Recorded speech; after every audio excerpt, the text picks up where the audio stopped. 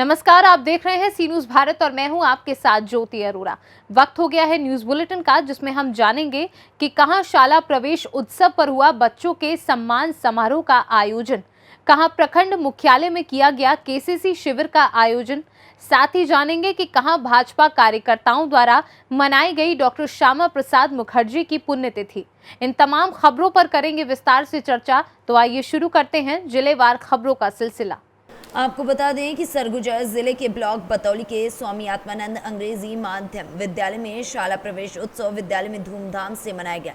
विद्यालय के प्राचार्य राजेश गुप्ता ने बताया कि उक्त विवरण के अनुसार 600 से अधिक विद्यार्थी प्रवेश लिए। शाला उत्सव कार्यक्रम में बच्चों को पुस्तक वितरण करके सम्मानित भी किया गया।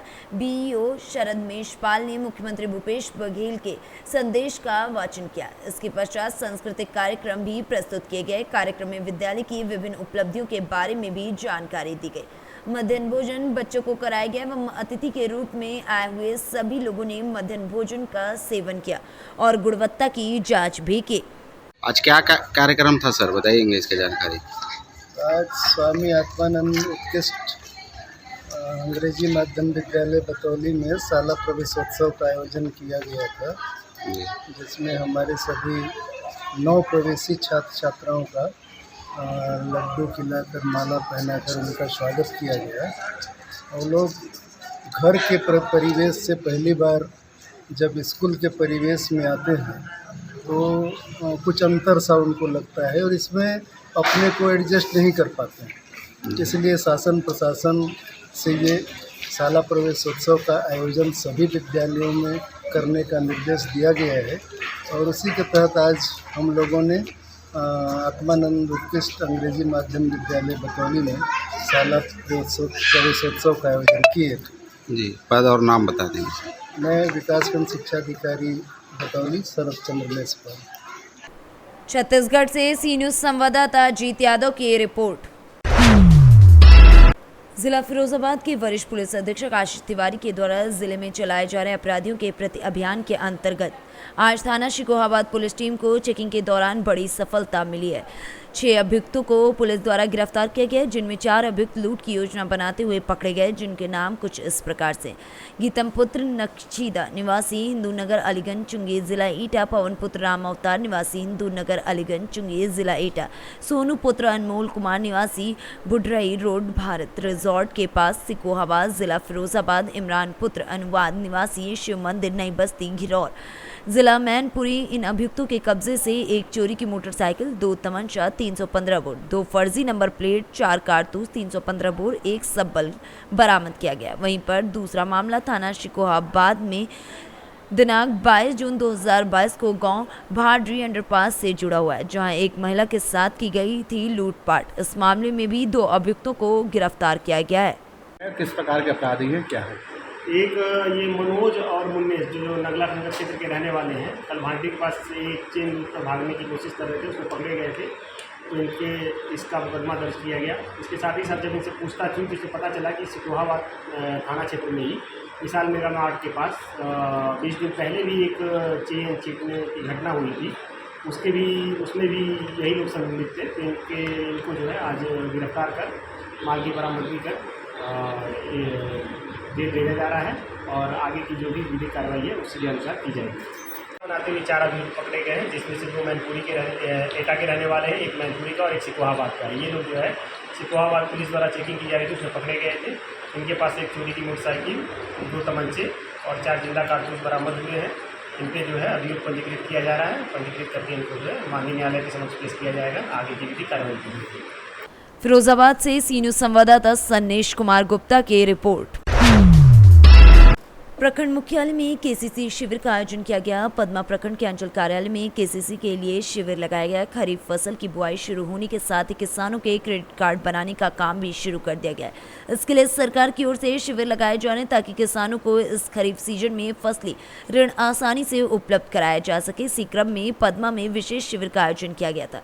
इस शिविर में जाकर किसान क्रेडिट कार्ड के लिए लोगों ने आवेदन दिया। वहीं इस कार्यक्रम में LCM सुधाकर पांडे, प्रखंड विकास पदाधिकारी मनीष कुमार, सीओ मुजाहिद अंसारी, प्रखंड प्रमुख वीना देवी, जीप सदस्य बसंत नारायण मेहता, वहीं पशुपालन विभाग से भी शिविर में लोग भाग लेने पहुंचे।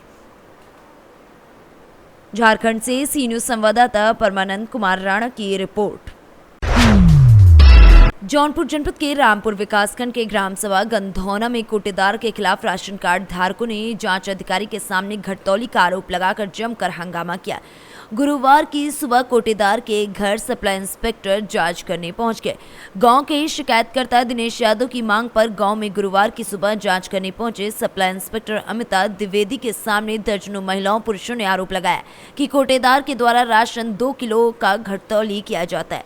ग्रामीणों ने सप्लाई इंस्पेक्टर से बताया कि कोटेदार के द्वारा जो राशन दिया जाता है घर पर जाकर वजन करने पर 2 किलो कम आता है। इस मौके पर ग्राम प्रधान पति साहबलाल सरोज और शिकायतकर्ता दिनेश यादव, दारा चौहान समेत तमाम लोग मौजूद रहे। क्या नाम है माता जी आपका? क्या समस्या है? यह राशन में भैया चार जने का तक जने कट गया बा, 3 जने का तो उन्होंने 3 किलो और 2.5 किलो कम कर दिया। अच्छा, कोटेदार क्या नाम है? छोटेला। अच्छा, राशन कब मिलता है आपको? अच्छा, आपका क्या नाम है माता जी? क्या समस्या है? राशन 2 किलो कम मिला। कितने राशन में से 2 किलो कम मिलता है? क्या नाम है आपका? क्या समस्या है? यही राशन कम मिला था, उसका 25 किलो में 2 किलो 4 किलो कम आएगा। अच्छा, कौन सा राशन कार्ड है? क्या नाम है आपका? संगीता।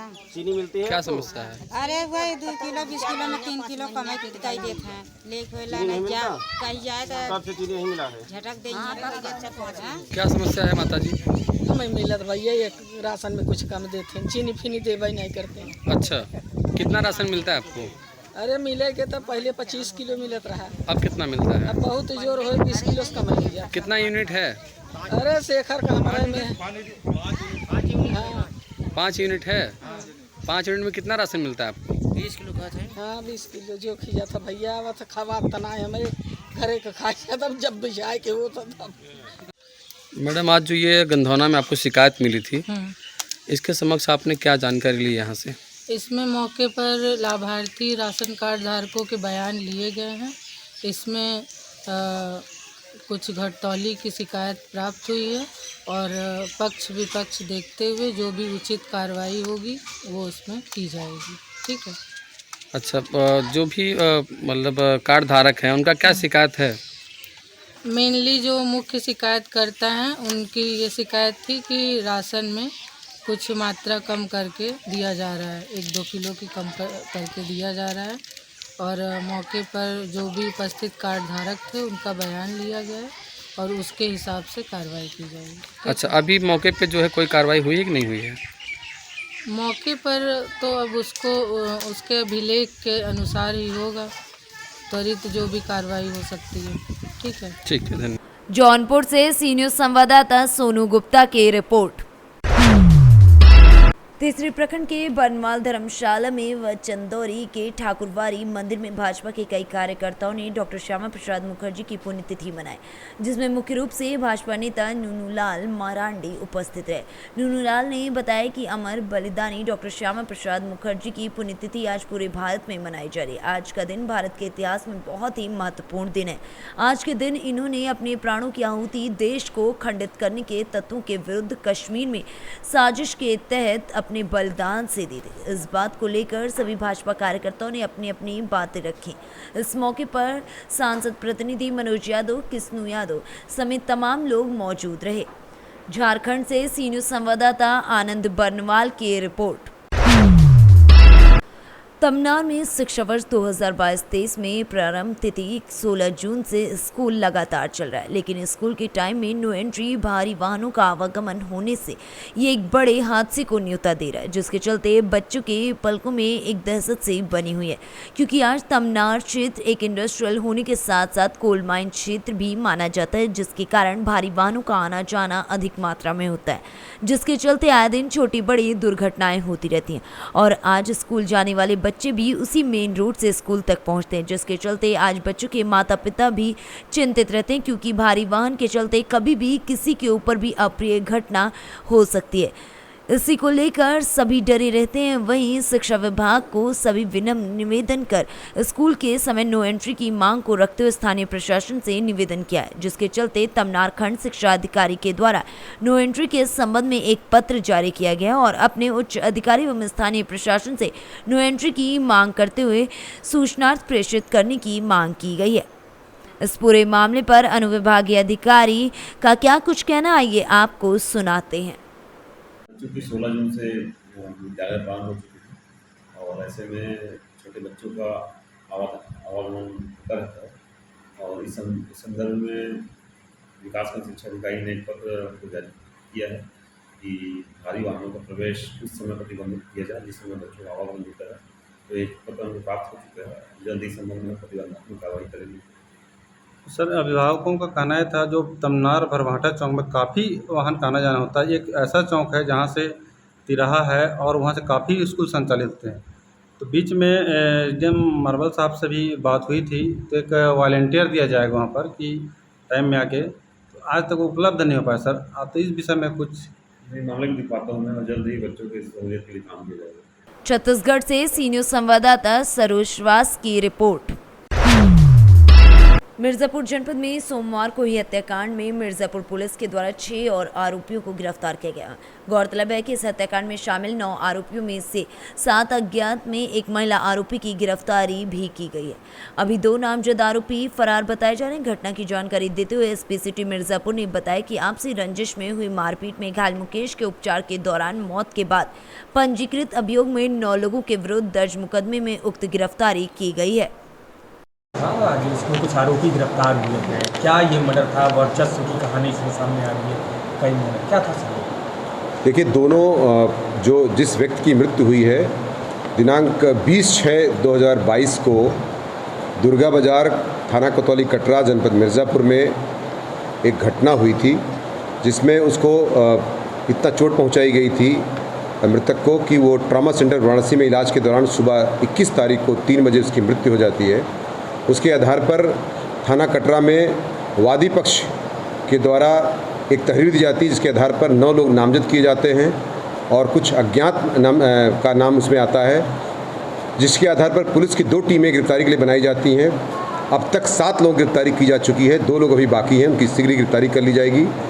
बाकी इसमें जो अब तक वजह पता चली है, इसमें चूँकि एक ही मोहल्ले के रहने वाले थे, आपस में रंजिश भी चल रही थी, एक आध बार और झगड़ा इससे पहले हुआ था जिसको लेकर के, और थोड़ा बहुत अपनी ईगो की भी लड़ाई थी जिसके मद्देनज़र ये घटना हुई थी, जिसमें पुलिस द्वारा पूर्व में निरोधात्मक कार्रवाई भी की गई है तथा इस समय इसमें सख्त से सख्त कार्रवाई की जाएगी और जो भी विधिक रूप से होगा उसमें हम विधिक रूप से सख्त से सख्त कार्रवाई करेंगे। सर, क्या ये वर्चस्व था कि मतलब 2 जातियों के बीच का लेकर इसमें जोड़ा जा रहा है या ये किसी गैंग को पनपने को लेकर के था? क्या एक पुलिस अधिकारी होने के नाते मैं इसके बारे में इतना कहूँगा कि ये दोनों में आपस में रंजिश चल रही थी और दुश्मनी थी जिसके कारण ये घटना हुई है।